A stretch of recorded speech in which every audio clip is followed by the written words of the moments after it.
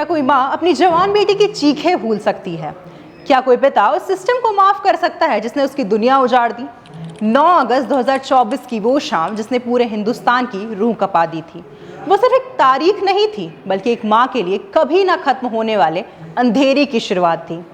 कोलकाता के RG Kar medical college के उस विध्वंस नकांड ने एक होनहार डॉक्टर बेटी को हमसे छीन लिया, लेकिन उस दर्द की राख से एक ऐसी आवाज उठी जिसने आज पश्चिम बंगाल की सत्ता के समीकरणों को हिला कर रख दिया है।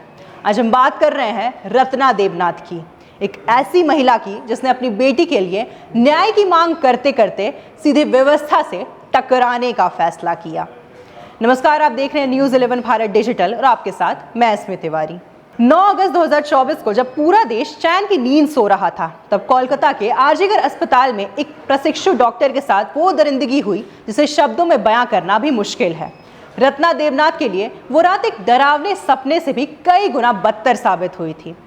अस्पताल के सेमिनार हॉल में उनकी बेटी का शव मिलना प्रशासन की लापरवाही और सुरक्षा व्यवस्था की पोल खोल रहा था। मामले की गंभीरता को देखते हुए 18 अगस्त को सुप्रीम कोर्ट ने स्वतः संज्ञान लिया।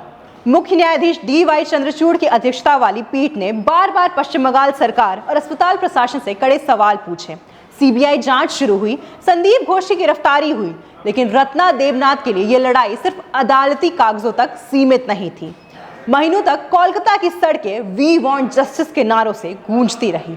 जूनियर डॉक्टर भूख हड़ताल पर बैठे, लोगों का गुस्सा चरम पर था। इसी बीच रत्ना देवनाथ ने महसूस किया कि जब तक वे खुद सिस्टम का हिस्सा नहीं बनेगी, तब तक असली बदलाव नहीं आएगा।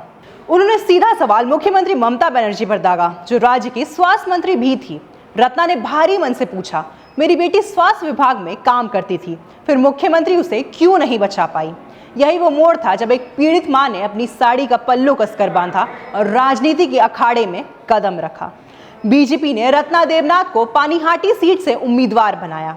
ये वही इलाका है जो सालों से TMC का अभेद किला माना जाता था।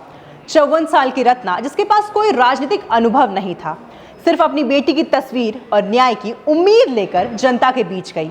स्मृति ईरानी से लेकर प्रधानमंत्री नरेंद्र मोदी तक ने रत्ना की आवाज को अपनी आवाज बनाया।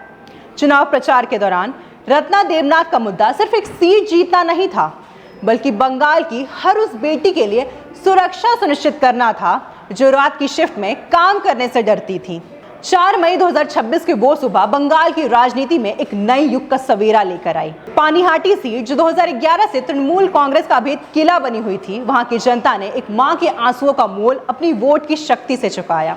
चुनाव आयोग के नतीजों ने साफ कर दिया कि रत्ना देवनाथ ने 28,836 वोटों के भारी अंतर से ऐतिहासिक जीत दर्ज की है। उन्हें कुल 87,977 वोट मिले, जबकि TMC के तीर्थंकर घोष को 60,000 का आंकड़ा भी नहीं छू सके।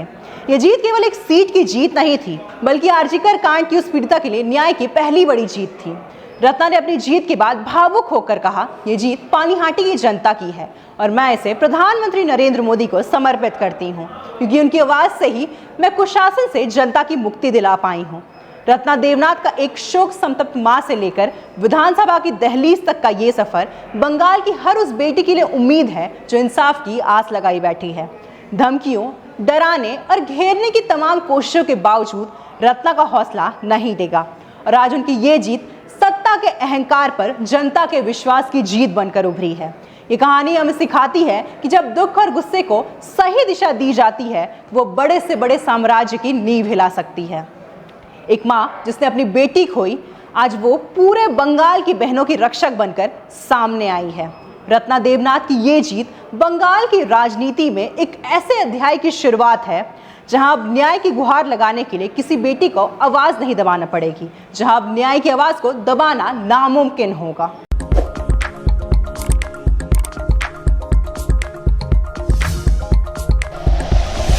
Like and share videos, subscribe करें हमारा चैनल और प्रेस करें बेल आइकॉन। न्यूज़ 11 भारत, सच है तो दिखेगा।